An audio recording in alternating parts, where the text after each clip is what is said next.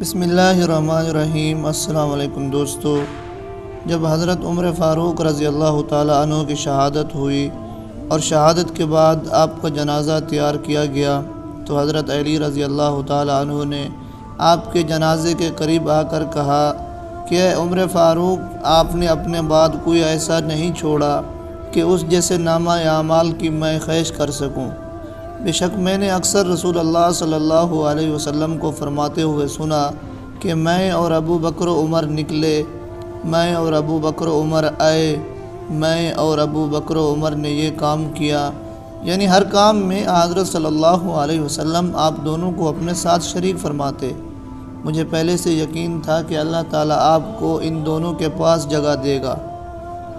آپ کی تدفین کے بعد مدینہ منورہ میں ایک شخص آیا اور آ کر لوگوں سے پوچھنے لگا کہ مجھے بتاؤ، عمر فاروق اس دنیا سے چلے گئے، وفات پا گئے؟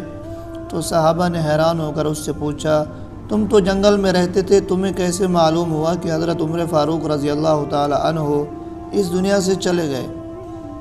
اس شخص نے کہا، بھائی معاملہ یہ ہے کہ جب تک حضرت عمر فاروق زندہ تھے میری بکریاں جنگل میں چرتی رہتی اور میں بے فکر ہو کر رہتا، مجھے ان کی کوئی پریشانی نہیں ہوتی تھی۔ سوال ہی پیدا نہیں ہوتا تھا کہ میری بکریوں کی طرف کوئی جانور بری نگاہ سے دیکھے۔ لیکن چند دن پہلے ایک واقعہ پیش آیا کہ میری ایک بکری کو ایک بھیڑیا اٹھا کر لے گیا، جس سے مجھے اندازہ ہوا کہ زمین پر عمر فاروق رضی اللہ تعالی عنہ چلے گئے اس دنیا سے، جس کی وجہ سے اس جانور کو ہمت ہوئی۔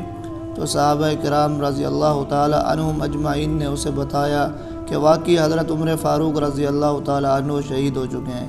اللہ تعالیٰ کی کروڑوں رحمتیں حضرت عمر فاروق رضی اللہ تعالی عنہ پر، جنہوں نے عدل و انصاف کا ایسا نمونہ قائم کیا کہ رہتی دنیا تک ایسی مثال کوئی پیش نہیں کر سکے گا۔